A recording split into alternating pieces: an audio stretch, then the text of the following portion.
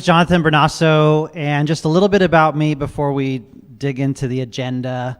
I've been in solar real estate investor since about 2015. So going on over 9 years now. I've personally helped about 1,100 homeowners go solar. And now we're seeing a lot of batteries and roofing that we're going to touch on as well. My team in the last 4 to 5 years has done over 7,000 installations across the country. I've worked at some of the top nationwide solar companies with Cynthia. I think we've known each other, 15 years? So we've worked at Sunrun Corporate. We've worked at Tesla Solar City.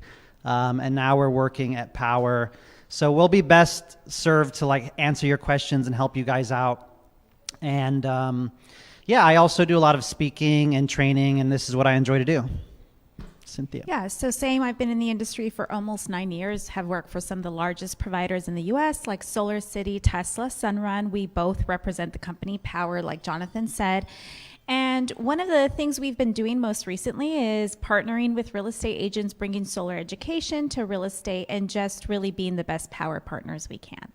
And it's something we're really passionate about just keeping the industry updated so that we can work together to best serve the client. So that's what we're here to do today. And I have an identical twin brother. Oh, yes. We're the solar twins, so Cynthia has to put up with 2 of us. Just FYI. They're like my brothers, so we're really kind of like triplets. But yeah, between the 3 of us, just tons of experience. We've served many clients, especially here in the IE, Southern California especially. So, all right, awesome. So we're going to go through the agenda really quick just to set the stage and let you know what we're going to be talking about today. We're going to go through some obstacles we know that realtors face in the real estate industry, and we're going to talk about electricity rising rates. We'll give you guys a California solar market update so you know what's going on in the world of solar in California. We'll talk a little bit about solar, how solar works. We will go over some solar contract types that are common out there and how to differentiate between those few contracts. And then we're going to discuss how a buyer, how to tell if a buyer will actually save with solar, because that's what's really important when you're working with a buyer and you come across a solar system. Are they even going to save? How do we know that? How can you tell? So we're going to go through that, and we're going to talk about benefits for homeowners when they choose to go solar. We will share a referral program at the end and our contact information as well. So real quick, we know that solar can be a challenge. Has anyone faced some challenges, obstacles, company went out of business, liens, tax liens, homeowners got in a bad deal? A little bit, yeah. So we understand that. So we want to help be the person that you partner with to look through those contracts, to talk to the buyers, to be able to explain it well. We just want to be your free nationwide solar partner.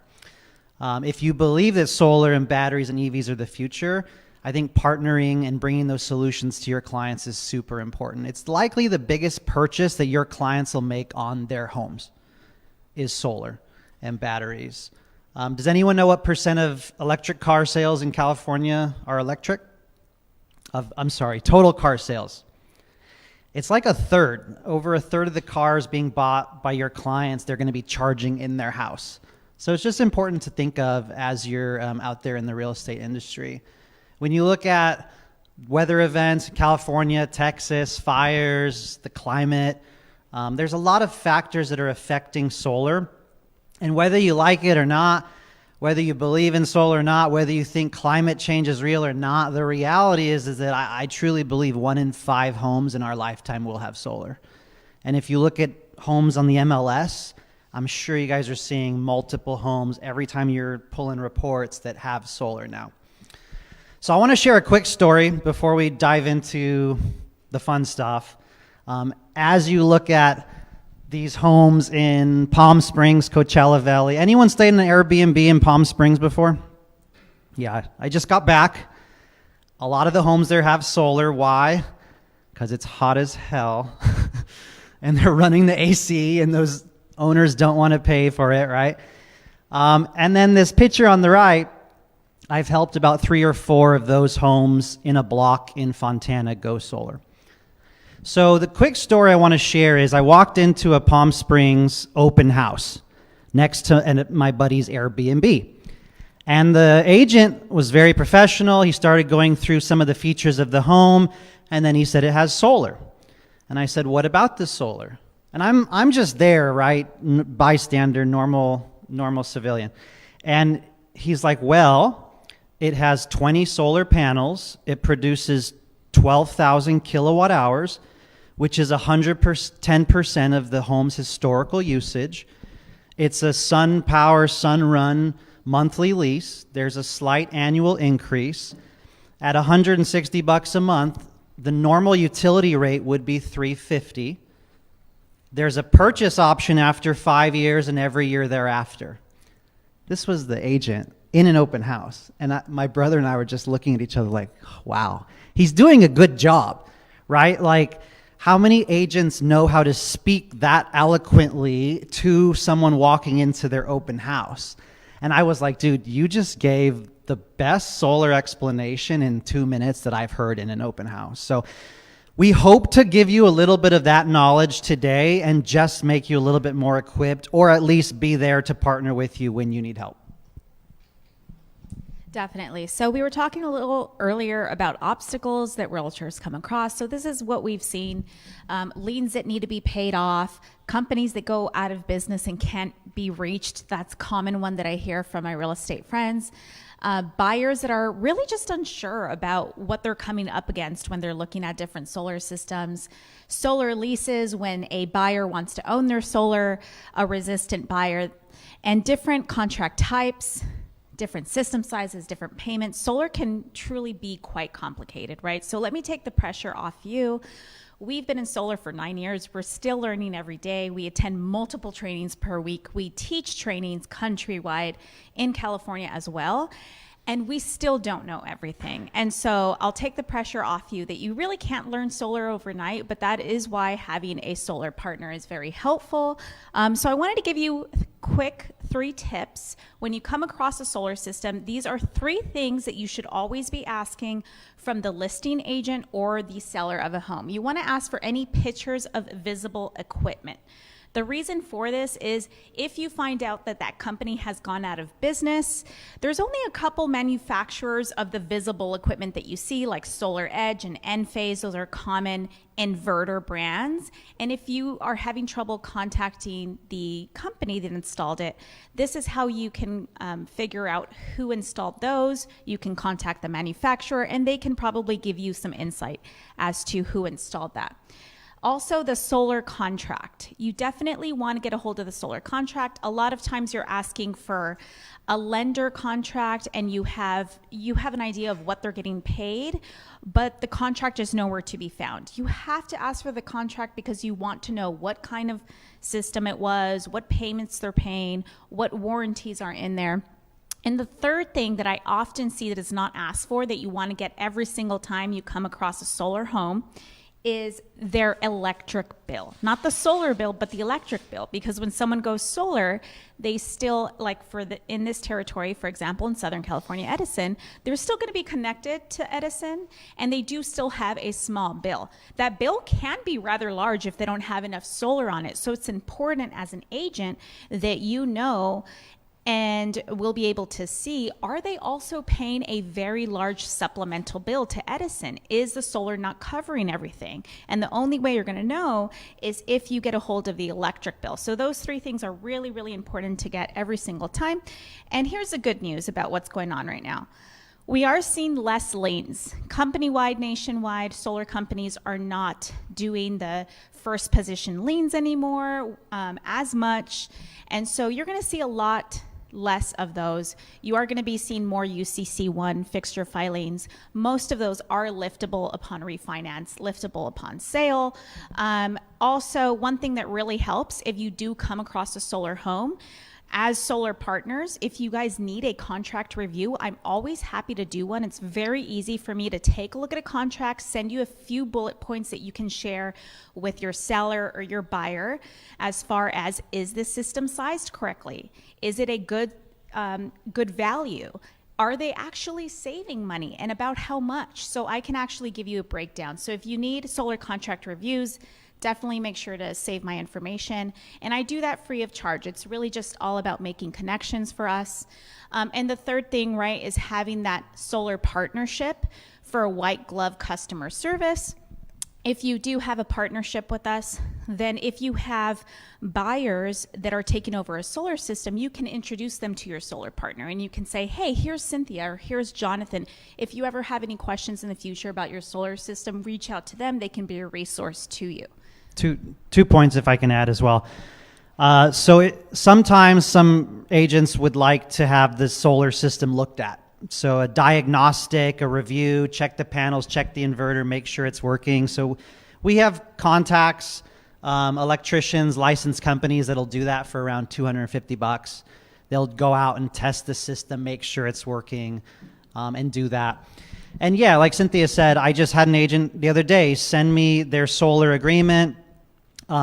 This buyer doesn't think it's a good deal. He wants to know if there's a buyout option. So I went through the contract. I gave her a few bullet points and advised what to do. So we're happy to do that as well because every company is unique on the transferability. Some companies are out of business, so we just have a few resources to help facilitate that. Awesome. Good point. And another point on that is if we are going to send someone out to diagnose someone's system, we really do want to make sure that that company is still in business first because we don't want to void any warranties by having a third-party vendor service a solar system. You do want to make sure first that we're contacting the company that installed that solar system. So that part's really important.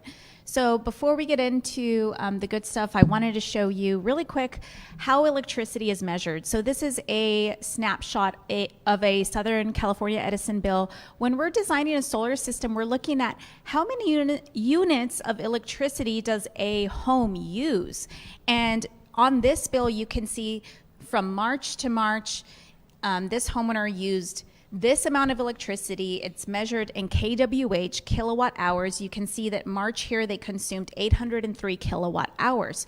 So as a solar consultant, most solar consultants should be looking at this bill and seeing, okay, this is how much electricity they use. We know how much a solar system will produce and therefore how many panels to give them. So this is how we size solar. This is also how electricity is charged.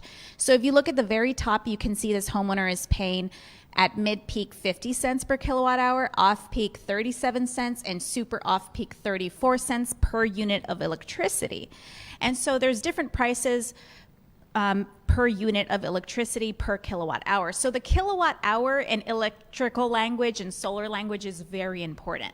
How many kilowatt hours does a home consume? How many kilowatt hours will they need in addition once they get an electric car? Once they get a pool. And if this is not read correctly, this is where you end up with homeowners that might have a supplemental end of year bill. Or let's talk about new construction homes, right? A lot of new construction homes, they only put 8 to 12 panels on there.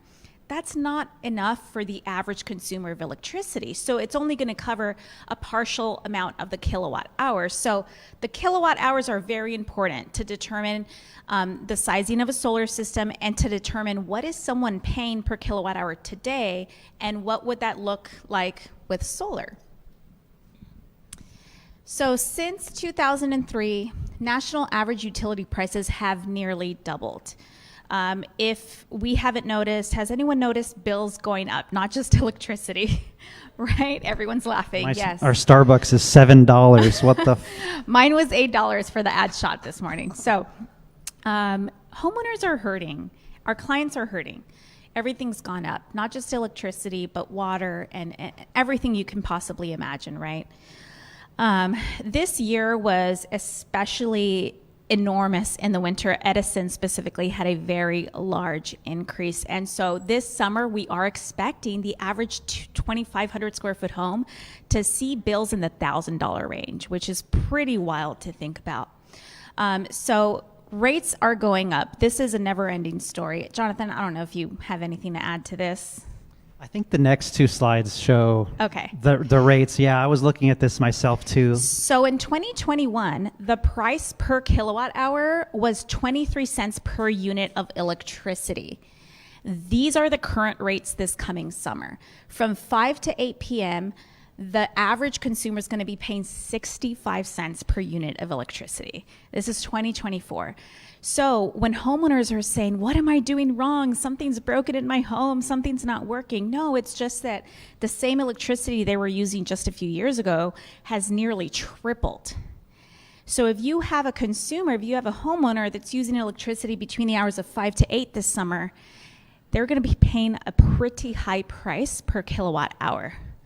I think this is important to be mindful of, just because we're noticing that your clients are asking you guys like, hey, this 2-story house in Fontana with a pool and a vaulted ceiling, and I'm thinking about a Tesla, like what could that electric bill be? You know, and it could literally be $700-800 now that they're going to be doing in the summertime. So it's just important to be mindful of. And also we recommend don't run the pool pump between 4 to 8, 5 to 9. Don't charge the car between 4 to 8, 5 to 9. And some of these basic practices will help them no matter what. And with solar, the reason a lot of people did go solar is because the price per kilowatt hour is a lot less than this. Significantly less, even if they own it. So homeowners can go from what they pay now to paying less to own solar with nothing out of pocket, or they can choose to lease it too. The choice is really up to them. All right, so we wanted to talk to you about where the solar industry is going. What's the data? There are 130 million homes in the US. 90 million of them are eligible for solar. Only 3.5 million have solar. So we are at less than 5% penetration rate with solar in the US, which is pretty wild to think about. So we know that 95% of homes have yet to have gone solar. And the data is showing that people are at an all-time need for solar, right? Bills are going up, solar is more affordable, increases. And in 2022, someone went solar every 44 seconds. In 2023, there was more solar installed than ever before. I'll just say too, in California, so this is nationwide, right? 5% of homes in the United States have solar. A lot of reports say by 2030, we could be at 15%. So literally 3 times the solar installed in the last 40, 50 years could be done in the next 6 years. But California is around, I think 16% of the homes in California today do have solar. So this is what homeowners are saying. 69% of homeowners are saying we do want more choices when it comes to energy and electricity. We've only had one choice for a very, very long time. 88%, this was surprising to me because not a lot of homeowners are really environmentally conscious, but 88% are still saying if given the choice, they would support renewable energy. 62% are interested in solar for their home today. So this tells us, okay, there's 62% of homeowners out there that are interested in solar that haven't gone solar yet. So 1 in 5 homes, we're confident at least 1 in 5 homes in the next 7 years will have solar. I snuck in this slide. It's something that we've been sharing in some of our trainings, but basically younger people are very, very conscious of climate change and the environment and being mindful of that. Is anyone a green certified realtor in here? Oh, nice. Awesome, too. Just a friendly reminder, I've always advocated for this, and Nancy and Sivar can get more information how to become a green certified realtor. There's a course. And that's just a great way to differentiate yourself on your business card, green certified realtor, and speaking to these things when you're selling homes and helping buyers as well. Totally agree. All right, so new builds. Go ahead. Yeah, new builds and ADUs. So this one's big. Has anyone shown new homes before that have solar? Yeah. Do you guys recall, was the solar a good option, a buy, a lease, a battery? A lease. Was that the only option? Yeah. Was it a high price? Yeah, so it depends, right? Some of the builders have partnered with solar companies. Some of the builders have acquired solar companies. And when you're showing these homes, often there's like an option. The buyer can lease the solar on the new home. They could purchase cash. They could do one size or another size or possibly get a battery. And so Cynthia and I have a lot of realtors that reach out to us like, dude, we don't know what the heck they're telling us. We don't know if this is a good price. Can you help me? So just things to be mindful of. if the new build is allowing them to purchase or lease, how many panels, how much electricity. And often, guys, I hate to say it, it's a bad deal. Like the price is 30 grand for 10 panels. Like the builders aren't passing on like a great smoking deal on solar. So there's things to talk about for new builds, but legally new builds require solar now. So if you have clients that are building one new home on their lot or a few new homes, or if you're showing new homes, most likely it has to have solar, which is something to know. Also, ADUs, accessory dwelling units, are very popular right now, just because, let's face it, home prices are expensive, rent's expensive, everything's expensive. So I'm seeing ADUs a lot. If you do a detached ADU, legally you have to get solar. And the solar can be on the ADU itself, or it can be on the primary structure, and it depends on the county and the city and the permit. Most jurisdictions are going to want it on the actual ADU in Southern California. I've seen both, and yeah, every city and jurisdiction changes, so solar either has to be on the ADU itself or on the main home, but more often on the ADU. So this is very common as well. A lot of you, have big lots that you're selling, ADU accessible. A lot of your clients are already looking into ADUs, so likely they're already looking into solar as well. But these are two new laws that have been put into place the last few years. We're going to see this trend continue in other states. And honestly, between solar and gas cars being outlawed, like clearly there's a trend here where they're just forcing these things on us. I think another important thing to mention when we're talking about new construction, ADU, or even a new construction home, is that we don't have actual data. The solar company who installs it doesn't have actual data on what's being used. We can do a very good estimate to decide how many panels can go on there, but most of the time it's not going to get the amount of panels it needs. So as a realtor, it's important to set the proper expectation for the homeowner, and if you're working with someone who's doing new construction, letting them know that there's not actual data, we're putting X amount of solar panels on it, but it's important for them to keep an eye on their electric bills to make sure they're not accruing a supplemental bill. Same thing when you're shopping with a buyer and you're coming up on new construction homes that you know for a fact only have 8 to 12 panels on there. We know for the average consumer that's not going to be enough coverage of solar. So most likely the majority of their bill is going to be on the electric portion. So setting your customer up for success, your client up for success, and letting them know to keep an eye on their Edison bill, on the electric bill, is going to be very important. Question?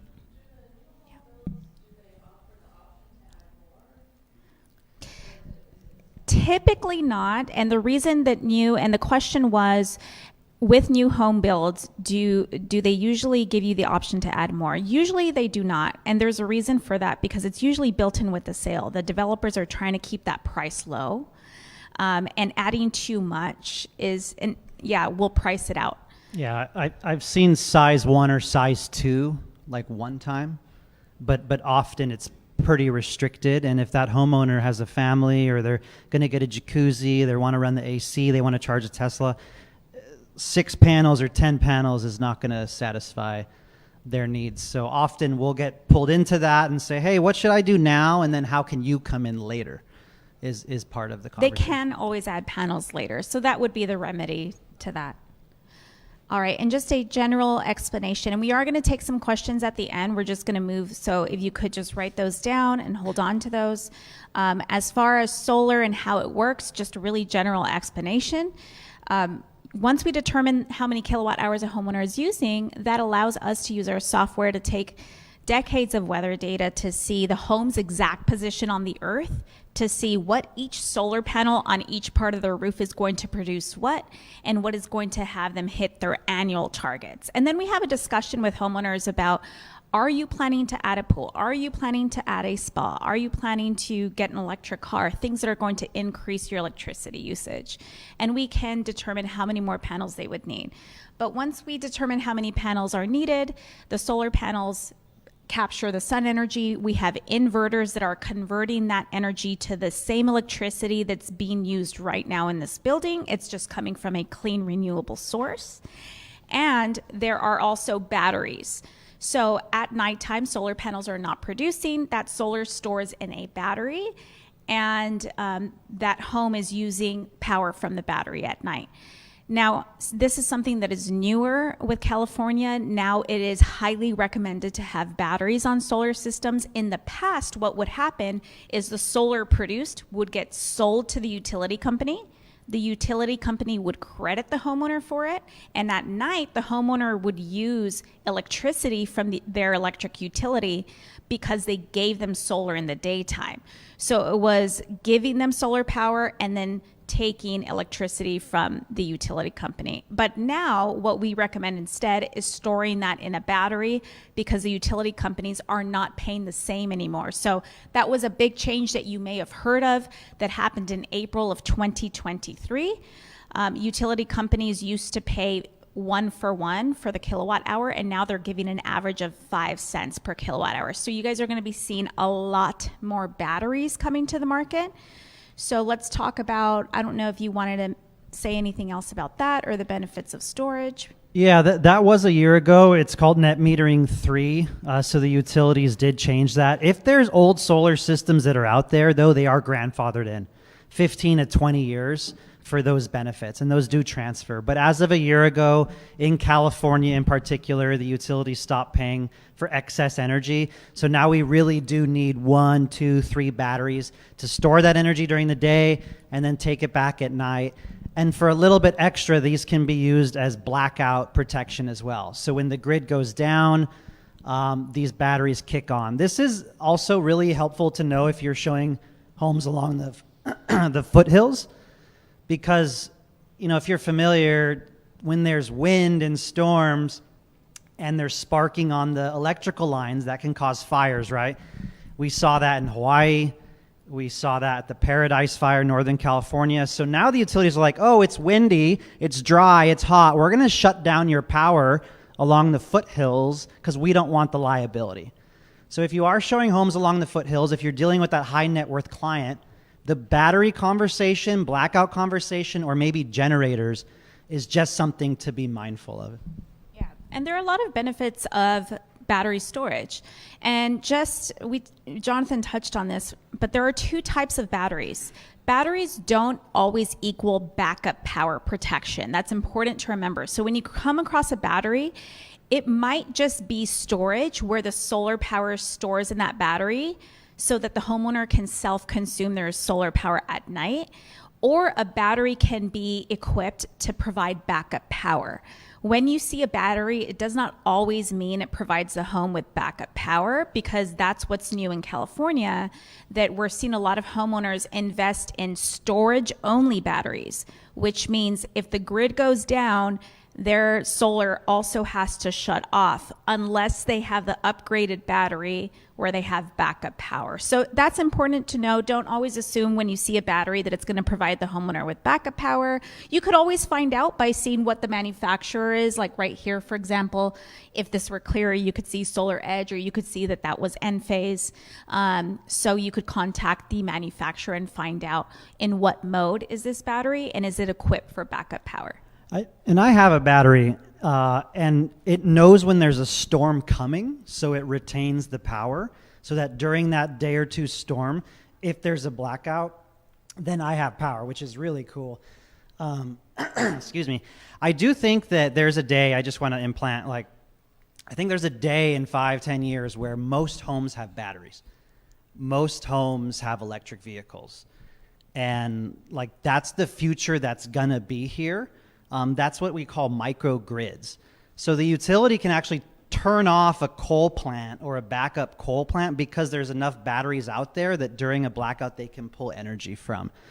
So I really believe that between EVs and batteries, guys, batteries are newer for us, but trust me, in the near time future, most homes will have batteries. Definitely. I think the statistics where batteries are up over 20% in sales this year so far. So whereas we were at less than 3% last year. So this year going forward is going to be huge for batteries and solar, especially in California. And batteries come in different sizes. Typically, you will see them in increments of 10 kilowatt hours, meaning they store about 10 kilowatt hours. That will generally not back up an entire home, but essential loads like a light, like lights, a refrigerator, a microwave, TV, not air conditioning. You would need a couple batteries at least to support air conditioning. A 20 kilowatt battery might support more electrical circuits in the home. A 30 kilowatt battery, which is what we're seeing more often now in California, would be lights, refrigerator.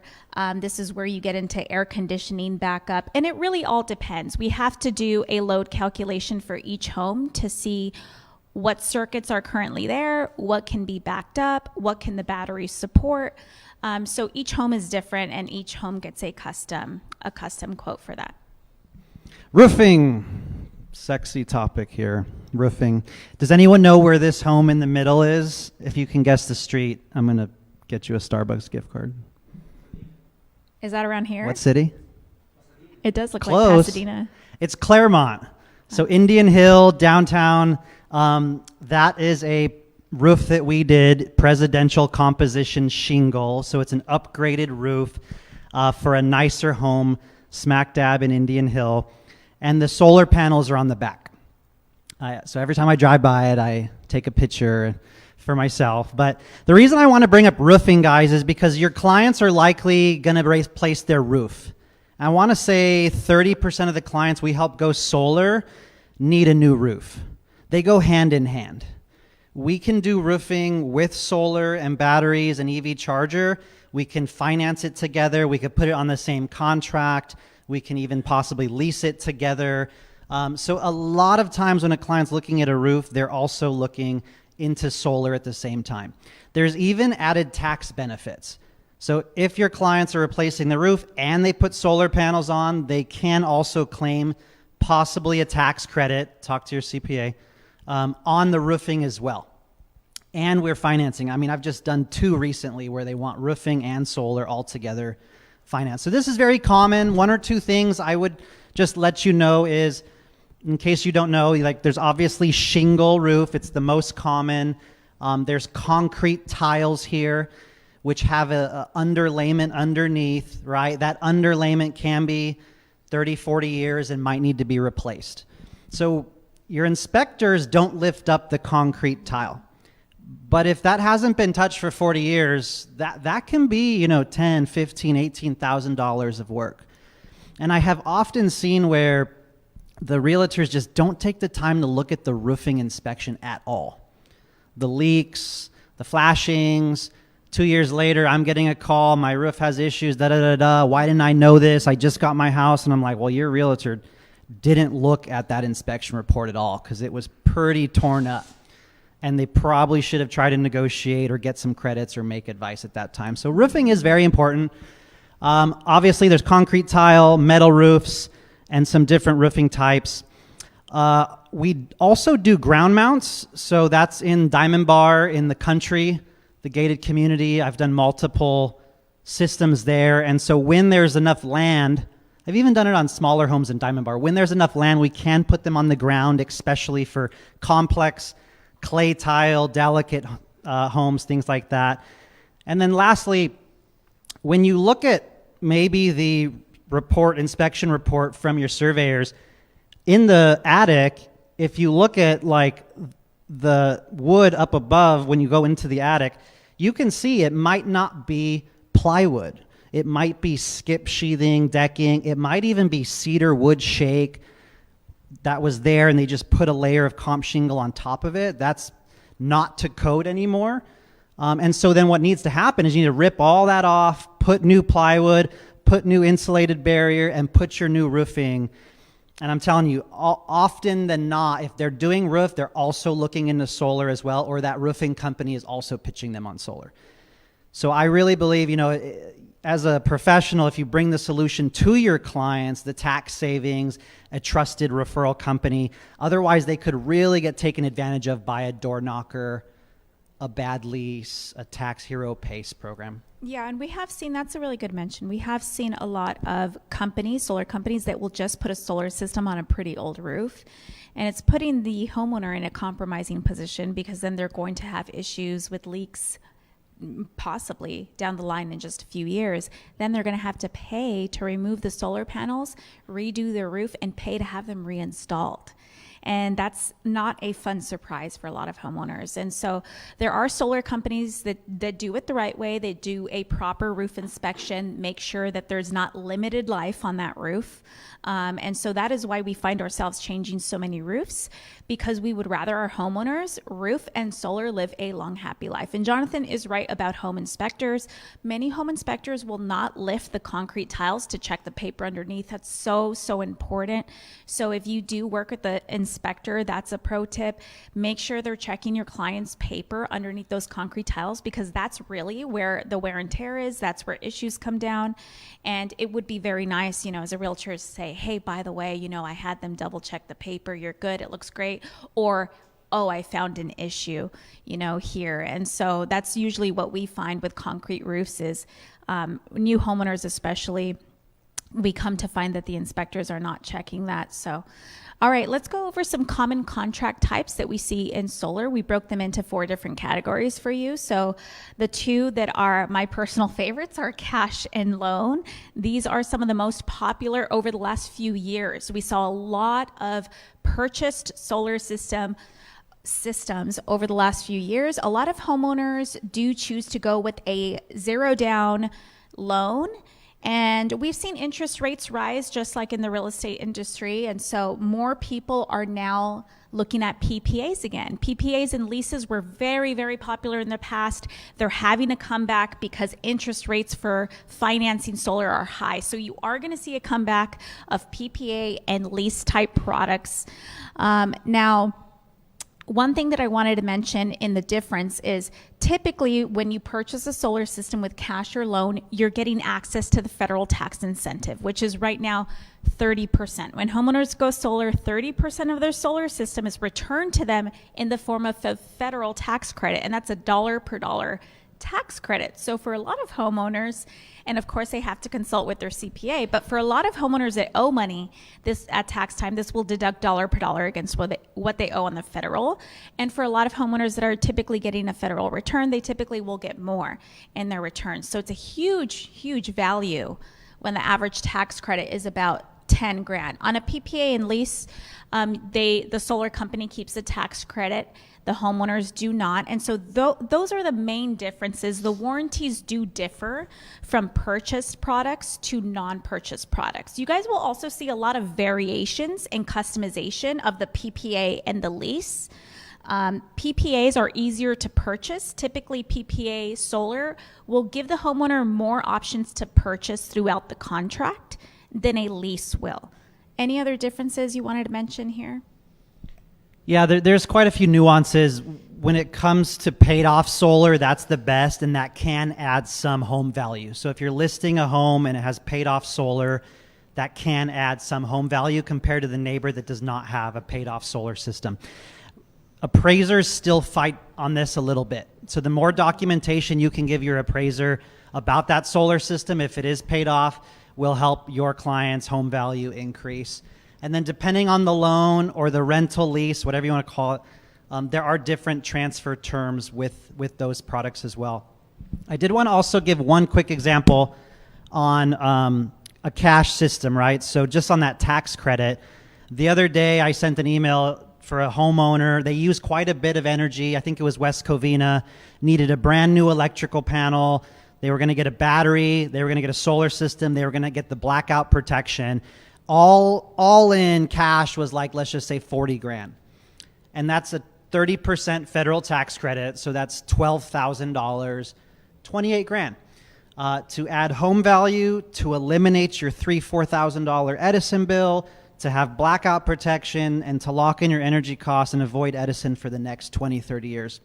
So I just wanted to give that example.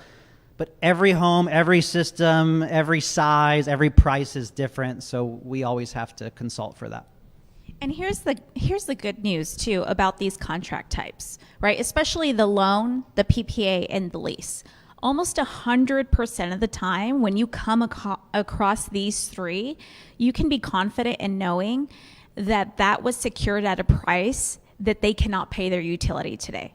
Most of the time, these are going to be saving homeowners money versus what they would pay Edison or whatever utility they have for the same amount of electricity. And it's usually pretty substantial, right? A lot of PPAs and leases just a few years ago were locked in at a price of 13 to 15 cents per unit of electricity. You saw on the previous slides that the current rate of electricity at peak time is almost 75 cents. So that's a massive, massive savings. Two things I want to point out too. When it comes to that PPA lease, if you guys remember that Palm Springs example I said earlier, that agent knew how to articulate the details of the solar up front. And that was also communicated in the description notes as well. So if you're able to get ahead of it for your listings, it's really going to help out as well. And then if you're representing buyers, if you send us a copy of the lease and we're like, hey, this is a pretty good deal. Or we might say, this is not the greatest deal. Why don't you negotiate? Why don't you ask for 2 years of monthly payments as an upfront credit to assume the lease? So we also often recommend that as a negotiation tactic as well. It's pretty easy. Yeah, and again, going back to the loan too, one other thing is that most of the loans today used by solar companies, they're not doing a first that attaches to the mortgage. They're doing UCC1 fixture filings. Most solar lenders work very similarly where you can pay a few $100s to have that lifted. A lot of agents aren't knowing that. So sometimes I need to work with one of my real estate partners to tell the listing agent, hey, yes, this UCC1 is liftable, so that you can transfer the payment because they're trying to pay it off, which you can.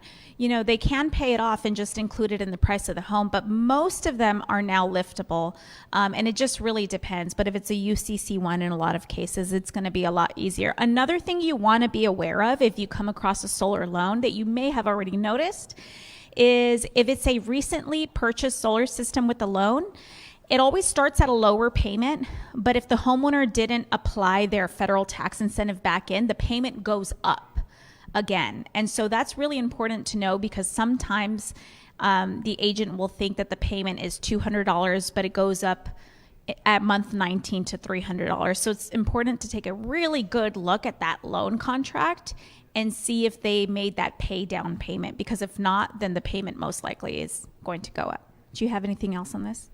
I was just going to say, the sooner you start looking into the solar transferability or lifting the UCC1, the better. The escrow company will know how to help. You can get a transfer agent assigned to you if the solar company's good. Often we'll get asked in the last mile, escrow's trying to close, and it's like, this solar company's not lifting the UCC1. So the sooner, the better. Most of them take about 30 days, which is the time of an escrow. So it is really, really important to start at the very beginning. Very good tip. So we're going to take a quick look at a lease contract and just a few things that you want to take a look at if you're doing a review yourself. It's always nice on a solar contract, we'll take this lease as an example, to see what was the initial price that this contract started at per kilowatt hour. Typically that will be listed on a solar contract. For example, this one started at 20 cents. And we know now what we know, which is the current rate of electricity is almost 75 cents at peak, 40 cents on average last year in 2023, right? So even if we were going off 2023 numbers, the average rate of electricity for Southern California Edison was 40 cents, but we're coming up on this lease contract that's fixed at 20 cents. That's a 50% savings right off the bat. So right away, wow, this homeowner is going to save a lot if they adopt this lease contract. Then you want to see, is there a payment escalator? A lot of companies on leases and PPAs, they have payment escalators where the price goes up 1.9% per year, 2.5%. Now we're seeing 3.5%, which is new. Now you want to look for the schedule of payments in the contract to see, okay, what year is this lease contract in? What are they paying this year if there is a price escalator? Because that's important too. They may have started at 20 cents, but the price may have escalated and now it's a little higher. It's still going to be a lot less than what their utility would be, right? Because they're not going up 6, 10, 20% like the electric companies. It's only 2.9, 3.5, but you do just want to make your buyer aware. And then again, the other thing we want to do, right, is get a copy of the electric bill, because we want to see their solar. Once someone goes solar, their Edison bill should look like this. Their solar should be producing more power than what they're using, sending power back to the grid. And this is very important to look at on their electric bill, is to see, are there year-to-date charges? There should be 0 there. If you see a number there, then that means that this home is not fully supported by that solar system, and that's okay. They're just going to pay a supplemental bill, so that you want to let your buyer know, hey, this solar doesn't cover everything, so you're paying X percentage to solar and you're paying 20% to Edison. And this is where you can see that every Edison bill, we're just using Edison as an example, will have this here where it shows the year-to-date charges. Now you can see here, it'll be numbered. This says net energy metering month number 5. When they get to month 12, that is when a homeowner trues up with the utility. That means whatever number is there at month number 12 is what they're going to owe. Or sometimes there's a credit there. Sometimes the utility company owes a customer, which we're always happy to see that. So we're always happy to see year-to-date charges, $0, and we're happy to see credits, right? This one has a credit, year-to-date credit of $695 to the homeowner. That's always really good news. So you just want to keep an eye on that. Anything here? Good. All right, so we wanted to go over, we know a lot of our realtor friends, they come in at the end of a solar transaction when someone's ready to sell the house, and we don't really get to see why a homeowner would even say yes to solar in the beginning. So we just wanted to enlighten you for a second. Most homeowners go solar with 0 down financing, meaning they're not paying any money out of pocket. A lot of people think solar is really expensive. It actually costs nothing to make the switch to solar, whether they choose a PPA, a lease, or to finance their solar. All of those programs are no money out of pocket. On top of that, they get the 30% federal tax incentive, which was just extended for over a decade. And so this will give them a huge tax credit. So if you're looking for homeowners that just spent a lot of money, right, on a home purchase, and they could use some money back in their pockets, a federal tax incentive is a great way to do that. Besides that, Fannie Mae made it so that appraisers have to include the price of solar now. And so this will immediately increase the value of your home. Depends on what market we're talking about, and it has to be paid off solar. And it's clean, renewable energy. If given the choice, if homeowners were to choose between 2 exact homes, one had clean, renewable energy with solar and one has dirty energy, they would choose clean, renewable energy. So more people are now aware that there's a cleaner, greener choice. The 30% federal tax credit, like I said, is huge. A lot of people ask, what other incentives are there? Well, there's immediate savings, there's long-term savings, and then there's the federal tax credit. So those are the 3 main ones. And we wanted to show you a few examples of real customers that financed their solar system last year and what that looks like number-wise, right? So these are last year's numbers, and these I all took from Southern California Edison territory, since that's where we're at currently. So this homeowner was paying $687 for no money down, no money out of pocket. They did a solar finance, and instead of paying 35 cents per unit of electricity, which is what they paid last year, they're going to pay 18 cents per unit. That comes to a solar payment of $382.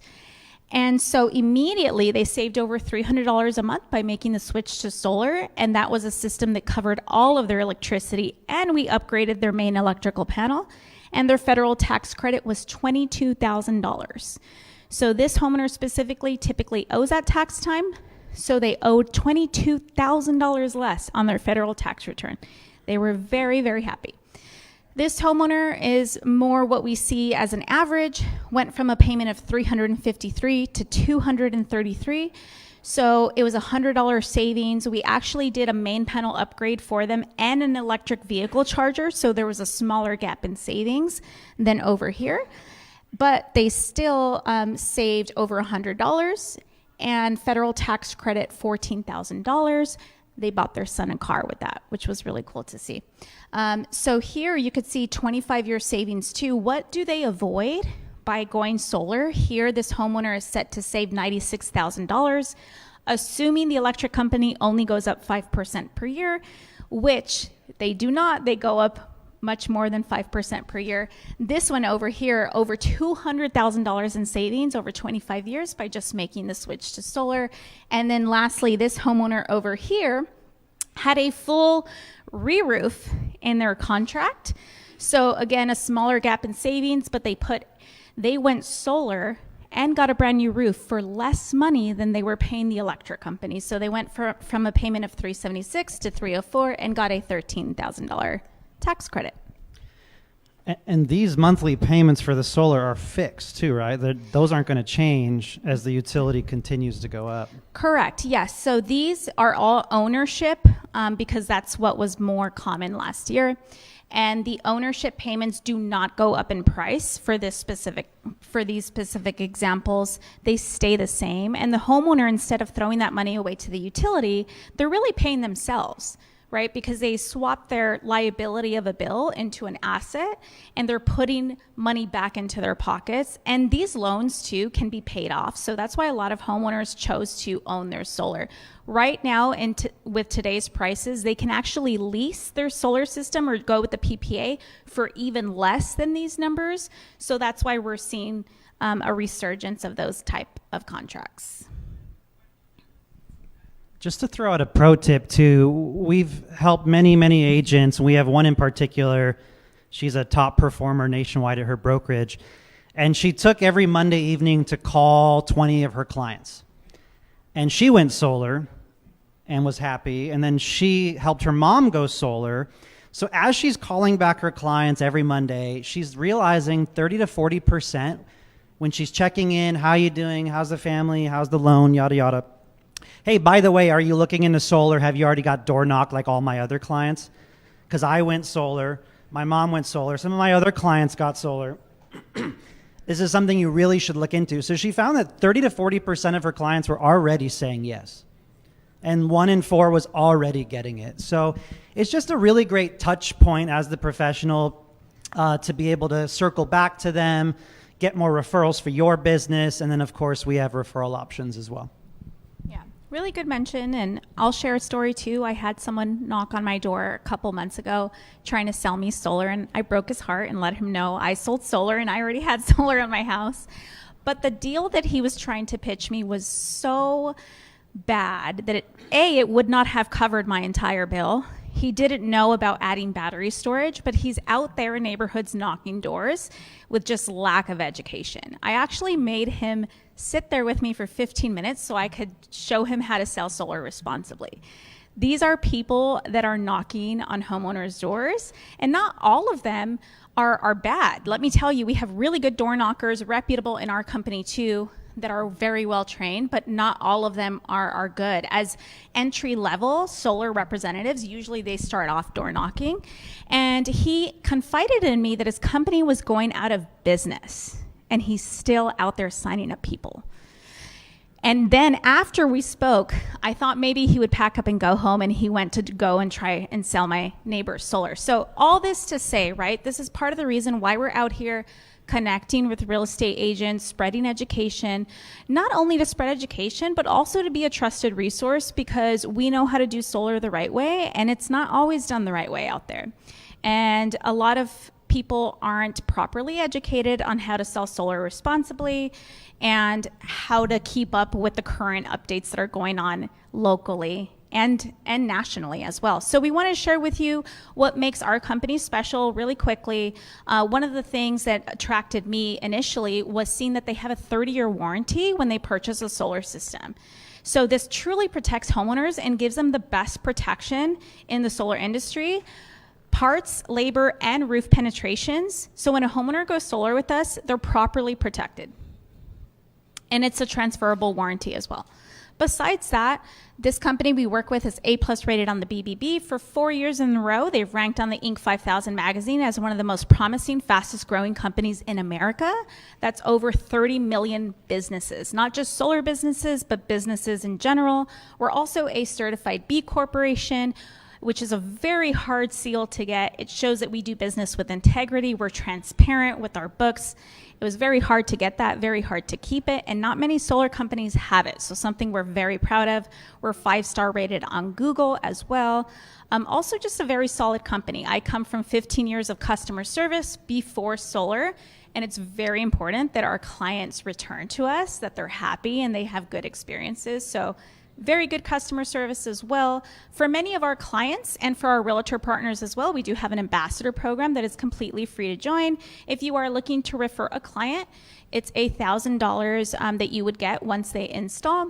And there are opportunities to earn more if you guys want to onboard as an official partner.